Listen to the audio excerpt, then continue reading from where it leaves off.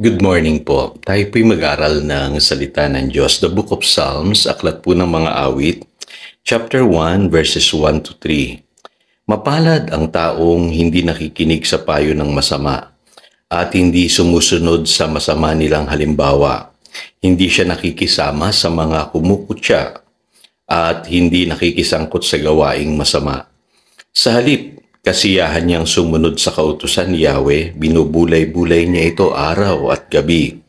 Katulad niya ay punong kahoy sa tabi ng isang batisan, laging sariwa ang dahon at namumunga sa takdang panahon. Anuman ang kanyang gawin, siya'y nagtatagumpay.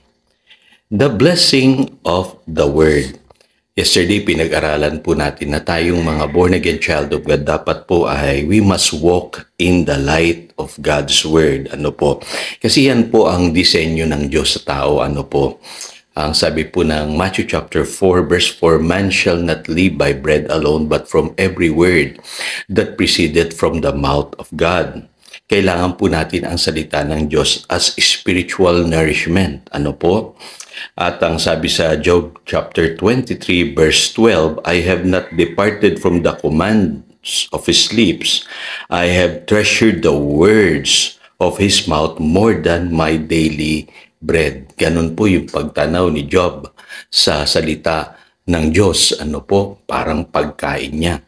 Kaya napakahalaga po na tayo mga believers, mabuhay tayo at pamamagitan po ng nourishment ng God's Word. Ano po, hindi pwede ang pinapakain natin sa ating spirituality ay yung mga bagay sa sanlibutan o yung mga nanggagaling na mga information galing po sa mundo. Ano po, ang mahalaga po sa isang Christian ay daily dapat po ay meron siyang tinatanggap na nourishment from God's Word.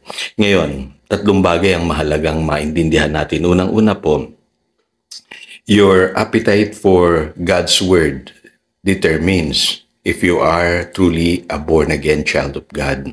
So, malinaw po sa Biblia, sabi sa 1 Peter chapter 2 verse 2, like newborn babies, crave for pure spiritual milk. So, ang isang tunay na anak ng Diyos, isang tunay na born-again Christian, may hunger po siya sa salita ng Diyos. Ano po? Pangalawang katotohanan po, ang sabi sa John chapter 14 verse 21 and 23, yung umiibig sa salita ng Panginoon o sa kanyang mga utos ang siyang totoong nagmamahal sa kanya. At ang relationship natin sa God's Word determines the place of God in our life. Mahalata kung mahal mo talaga ang Diyos kung ikaw ay nagmamahal sa kanyang mga salita. Akala ko dati hindi po totoo ito, pero karamihan po ng mga Christian na nakita kong malalim sa kanilang paglakad sa Panginoon, mahal na mahal po nila ang salita ng Diyos. Ano po? Ang pangatlo pong katotohanan na dapat makita natin is that your hunger for God's Word will determine your success. Yun po yung sinasabi nung verse 3. Dito po sa buhay, magtatagumpay lamang tayo kung tayo po ay nourish ng God's Word. Kaya dapat makita natin na Psalm chapter 1 verses 1 to 3, yan ay isang formula for success. Garantisado po yan. At ako'y naniniwala na kung talaga po tayo po'y magmamahal sa salita ng Diyos, susundin natin yung salita ng Diyos, ipamumuhay natin yung tagumpay, kusa nating mararanasan katulad ng punong kahoy sa tabi ng batisan. Laging sariwa ang dahon, namumunga sa takdang panahon, anuman ang kanyang gawin siya'y nagtatagumpay. Yun po sinasabi sa Tagalog, ano po, nung verse 3. Ngayon, what is wrong with walking in the counsel of the wicked? O, unang-una po napapahamak sila. Malinaw po yan, yung nasabi ng verse 6. Ano po, kaya napaka-unstable ng buhay pagka tayo po ay namumuhay sa payo ng masama.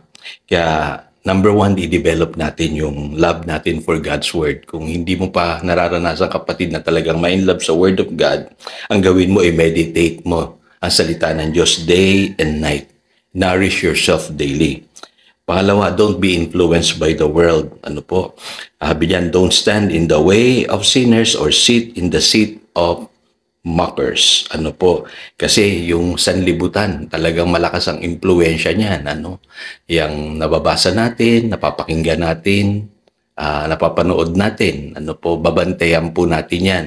Kung gusto natin talagang lumago sa ating relationship with God's Word, kailangan po laging binabasa natin paulit-ulit ang Biblia, day and night.